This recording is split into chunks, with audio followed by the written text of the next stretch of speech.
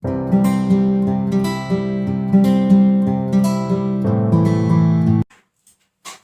kami yang ada di dalam kerajaan sorga, di dalam nama Tuhan Yesus Kristus, kami bersyukur dan berterima kasih Bapa, kalau kesempatan pagi ini Tuhan, kami sebentar akan mendengarkan firman-Mu. Kiranya Tuhan tanamkan apa yang baik itu dalam hati kami, buat kami mengerti kebenaran firman-Mu dalam kehidupan kami. Oh Tuhan, dan beri kami kemampuan-Mu untuk kami boleh melakukannya dalam kehidupan kami, supaya kami tidak berdosa kepadamu. Di dalam nama Tuhan Yesus Kristus, kami sudah berdoa dan mengucap syukur. Haleluya. Amin. Saya akan bacakan firman Tuhan di dalam Injil Lukas pasal yang ke-17 ayat 26 sampai ayat yang ke-36.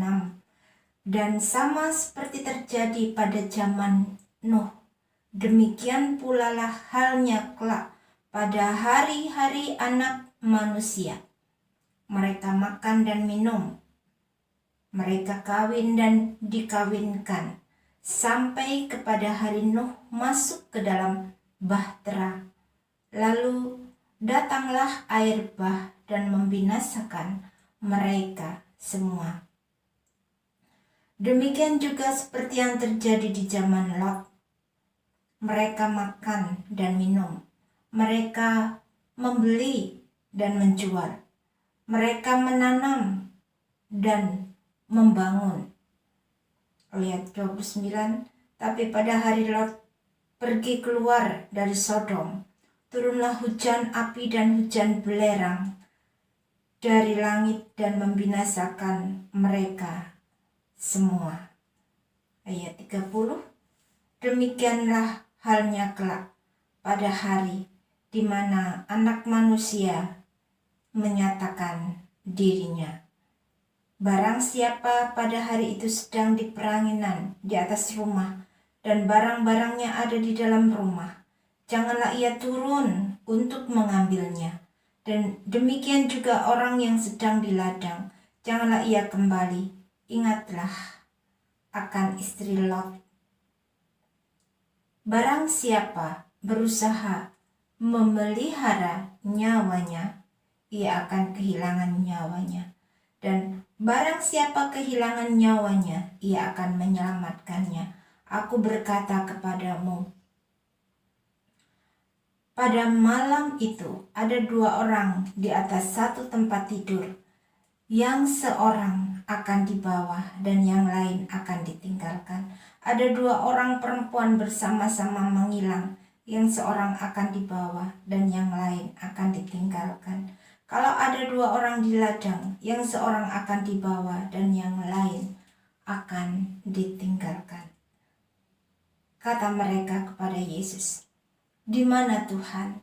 Katanya kepada mereka, "Di mana ada mayat, di situ berkerumun burung nasar." Saudara, ada satu waktu di mana bumi tempat kita tinggal akan dibongkar oleh Tuhan. Tujuannya adalah bukan untuk menghukum kita, orang-orang yang percaya, tetapi Tuhan telah menyediakan bumi yang baru, langit yang baru untuk kita semua, di mana tidak ada lagi kesusahan, tidak ada lagi air mata. Ini adalah janji Tuhan Yesus kepada setiap kita yang percaya kepadanya, bahwa sesungguhnya saudara, hari Tuhan akan datang pada hari dan saat yang sudah ditentukan oleh Allah sendiri. Kita manusia tidak bisa mengerti kapan waktu itu terjadi. Tetapi kita tidak perlu memikirkan akan hari atau saat yang sudah Allah persiapkan untuk kebaikan kita semua yang percaya dan yang setia kepadanya. Kita hanya melakukan apa yang menjadi firman Allah di dalam kehidupan kita, karena hari itu sesungguhnya bukanlah hari kemurkaan Allah bagi kita yang percaya, tetapi hari itu adalah tanda kebinasaan, tanda kemurkaan bagi orang yang tidak percaya dan yang tidak setia. Saudara, sejak semula Allah menciptakan dunia ini bukan untuk dibiarkan kosong, melainkan untuk didiami. Bahkan Tuhan menjadikan manusia yang segambar dan serupa dengan Allah sendiri untuk menguasai alam ciptaan Tuhan. Tetapi manusia lebih menuruti iblis daripada menuruti perintah Allah. Sehingga apa yang terjadi? Terputuslah hubungan antara Allah dengan manusia. Jadi dosa sudah memisahkan hubungan antara Allah dengan manusia. Dia adalah Allah yang kudus. Dia adalah yang suci adanya. Sehingga Allah tidak mau manusia yang sudah jatuh ke dalam dosa hendak mengambil buah dari pohon kehidupan yang ada di Taman Eden sehingga manusia hidup selama-lamanya. Itulah sebabnya Allah melemparkan manusia ke bumi sehingga manusia yang sudah Allah ciptakan dari debu akan kembali menjadi debu. Tapi saudara, Allah kita adalah Allah yang setia. Murka Allah tidak untuk selama-lamanya atas kita manusia berdosa. Tapi Allah mengasihi kita. Bahkan Allah sudah menyatakan kasih-Nya melalui pengorbanan Tuhan Yesus di atas kayu salib. Jadi pengorbanan Tuhan Yesus di atas kayu salib adalah sarana untuk penebusan dosa manusia. Dan Allah hendak menyatakan kasih-Nya kepada kita manusia yang percaya dan yang setia kepadanya. Itu melalui kedatangan Tuhan Yesus yang kedua kalinya. Untuk menjemput setiap orang yang percaya dan yang setia kepadanya. Apa yang seharusnya kita perbuat menjelang kedatangan Tuhan Yesus kedua kalinya? Kita melihat kehidupan daripada Nabi Nuh. Nabi Nuh melakukan apa yang diperintahkan oleh Tuhan kepadanya. Tuhan merintahkan kepada Nabi Nuh untuk membuat bahtera dari kayu gofir. Dan Nuh melakukan tepat seperti yang diperintahkan Allah kepadanya. Demikianlah dilakukannya.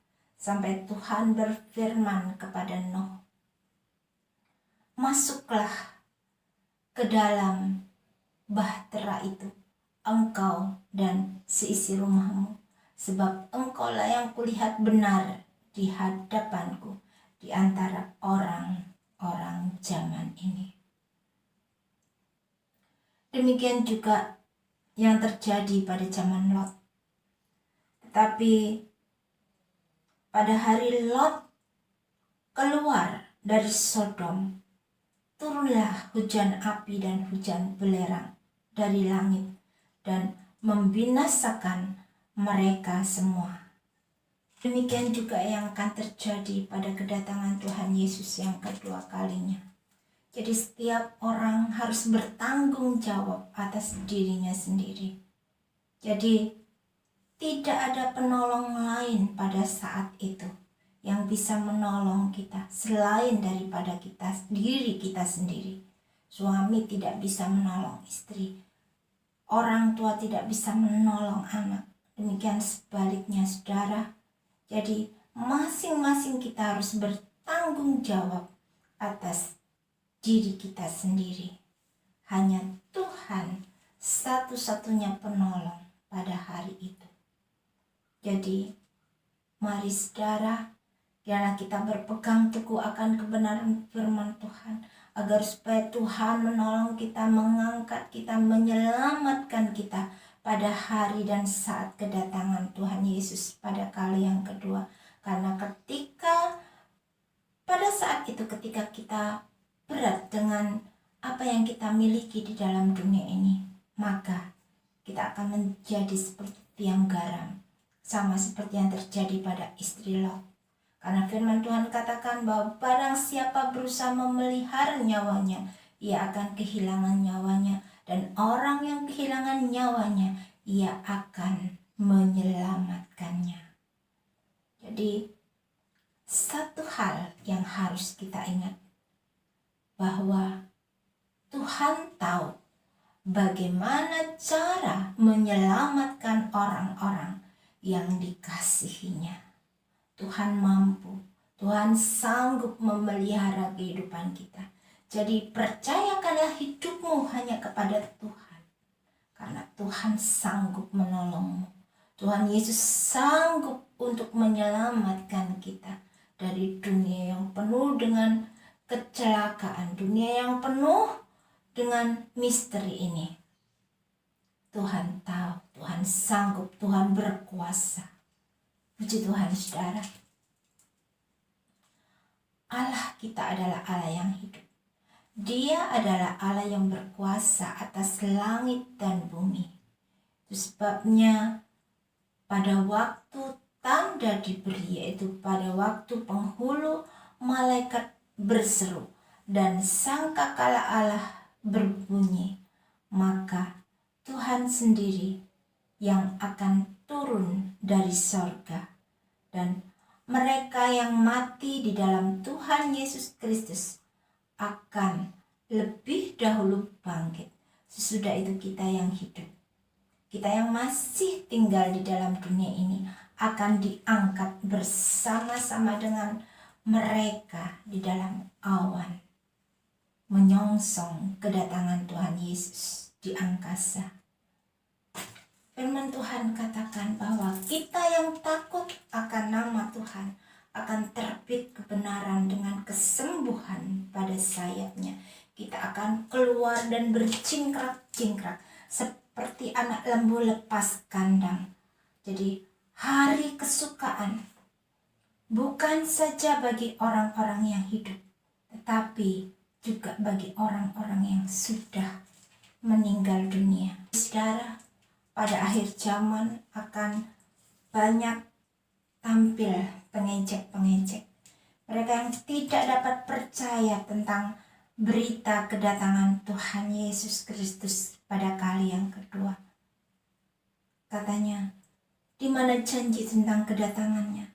Sejak bapak-bapak leluhur kita meninggal, segala sesuatu tetap seperti semula, yaitu pada waktu dunia diciptakan.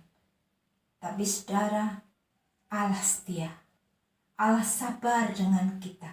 Janji Allah ya dan amin. Satu hal yang Allah kehendaki, supaya jangan ada orang yang binasa, melainkan supaya semua orang berbalik dan bertobat. Itu sebabnya jangan kita menjadi tidak percaya oleh janji Allah. Jangan kita menjadi tidak percaya oleh firman Allah, karena janji Allah itu ya dan amin. Supaya apabila hari itu benar-benar terjadi, jangan jatuh ke atas dunia, ke atas kita, seperti suatu jerat. Jadi saudara, hari itu dunia ciptaan Tuhan akan dihancurkan oleh Allah sendiri pada akhir zaman. Dunia yang sebelumnya pernah dihancurkan oleh Allah, yaitu pada zaman Nuh. Tetapi dunia yang ada sekarang ini memang disimpan untuk kesudahan segala zaman sebagai penggenapan daripada firman Allah. Hari itu akan benar-benar terjadi. Jadi Tuhan masih menunggu, yaitu penggenapan dari firman-Nya, yaitu sampai Injil diberitakan ke seluruh muka bumi. Di dalam Matius 24 ayat yang ke-14, dan Injil kerajaan ini akan diberitakan di seluruh dunia menjadi kesaksian bagi semua bangsa. Sesudah itu barulah tiba kesudahannya. Di dalam Roma 11 ayat 25, sebagian dari Israel telah menjadi tegar sampai jumlah yang penuh dari bangsa-bangsa lain telah masuk. Dan di dalam Wahyu 6 ayat yang ke-11 bagian B, bahwa mereka harus beristirahat sedikit waktu lagi hingga genap jumlah kawan-kawan pelayan dan saudara-saudara mereka yang akan dibunuh sama seperti mereka. Dalam Wahyu 17 ayat 17c, sampai segala firman Allah telah digenapi. Puji Tuhan, apabila semuanya itu sudah mulai terjadi, bangkitlah dan angkatlah mukamu, sebab penyelamatanmu sudah dekat. Jadi, saudara, selama masih ada kesempatan untuk kita bertobat dan minta pengampunan kepada Allah, mari kita harus meminta pengampunan yang daripadanya. Kita harus mencari Tuhan selama Ia berkenan untuk ditemui. Kita harus berseru kepadanya selama Allah masih mendengar seruan doa kita. Mari saudara, percayalah kepada Tuhan dengan segenap hati kita, dengan segenap kekuatan kita. Karena harinya akan dipercepat. Karena kalau hari Tuhan tidak dipercepat, maka firman Tuhan katakan bahwa dari setiap kita tidak ada yang selamat. Itulah sebabnya Tuhan mempunyai cara sendiri, mempunyai waktu sendiri bagaimana untuk Tuhan menyelamatkan kita. Jadi kalau kita saat ini masih diberi umur panjang oleh Tuhan, anggaplah itu sebagai suatu kesempatan untuk kita mencari hadirat Tuhan dengan segenap hati kita, dengan segenap kekuatan kita, dan dengan pertobatan serta memohon pengampunan yang daripada Allah. Karena kita sekaliannya ini tidak luput dari dosa. Itulah sebabnya mumpung waktu masih ada, yaitu kesempatan untuk kita mengenal Tuhan lebih lagi. Mari, jangan kita menjauh dari Tuhan. Karena Allah kita bukanlah Allah yang kejam, Dia bukanlah Allah yang jahat, tapi Dia adalah Allah yang setia dengan janjinya, dan murkanya tidak untuk selama-lamanya atas kita. Dan Tuhan akan menunjukkan kasih sayangnya yang besar atas kita untuk mengasihi dan menyayangi kita, bahkan mengampuni kita dari segala dosa-dosa dan pelanggaran kita. Marilah, baiklah kita berperkara. Firman Tuhan, sekalipun dosamu merah seperti kirmisi, akan menjadi putih seperti salju. Sekalipun berwarna merah seperti kain kesumba, akan menjadi putih seperti bulu domba. Ini adalah firman Tuhan, saudara. Tuhan akan menjadikan kita putih seperti salju, karena begitu besar kasih sayang Allah kepada kita, sehingga Allah mengaruniakan Tuhan Yesus Kristus, sehingga barang siapa yang percaya kepadanya tidak binasa, melainkan beroleh hidup yang kekal, yaitu sorganya yang mulia.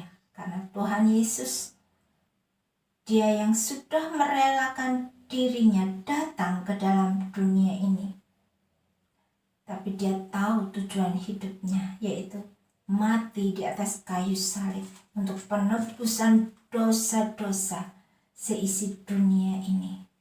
Jadi setiap orang percaya kepadanya tidak binasa, melainkan beroleh hidup yang kekal. Puji Tuhan saudara, bila kita menanti-nantikan janji Tuhan dalam setiap apapun yang terjadi dalam kehidupan kita, hendaknya kita tetap kuat, kita tetap percaya. Kalau kita jatuh, biarlah kita bangun, jatuh bangun, sampai ada saatnya Tuhan akan benar-benar menolong kita, mengangkat kita dari segala kelemahan kita. Di dalam kitab Wahyu pasal yang ke-21, Ia yang duduk di atas tahta itu berkata, "Lihatlah, aku menjadikan segala sesuatu baru," dan firman-Nya, "Tuliskanlah, karena segala perkataan ini tepat dan benar." Firman-Nya lagi kepadaku, "Semuanya telah terjadi. Aku adalah Alfa dan Omega, yang awal dan yang akhir. Orang yang haus akan kuberi minum dengan cuma-cuma dari mata air kehidupan. Barang siapa menang, ia akan memperoleh semuanya ini. Dan aku akan menjadi Allahnya, dan ia akan menjadi anakku." Tapi apa saudara?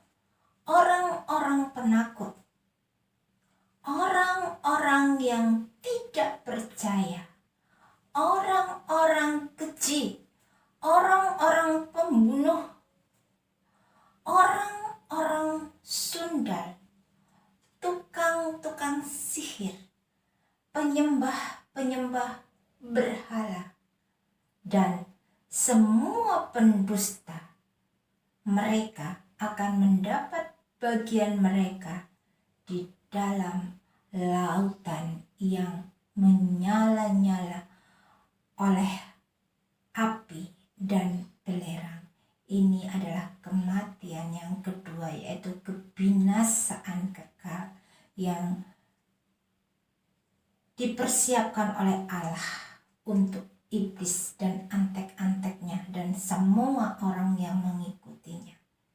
Tapi berbahagialah setiap kita yang menantikan janji Tuhan, setiap kita yang mempercayai Dia sampai pada akhirnya, bahkan sampai pada kali Tuhan Yesus datang yang kedua kali. Kita tetap akan didapati setiawan dan Tuhan akan mengangkat kita dalam kemuliaan-Nya. Puji Tuhan. Berbahagia setiap kita yang mendengar firman Tuhan dan yang melakukan di dalam kehidupannya. Saya mengajak kita sekarang untuk bersama-sama berdoa. Bapa kami yang ada di dalam kerajaan sorga, di dalam nama Tuhan Yesus Kristus, kami bersyukur dan berterima kasih Tuhan. Kami sudah mendengarkan firman-Mu. Kiranya Bapa, beri kami kemampuan-Mu untuk kami boleh mengerti apa yang menjadi kehendak-Mu dalam kehidupan kami. Hidupkan perkataan firman-Mu, sehingga apabila kami lemah, kami menjadi kuat.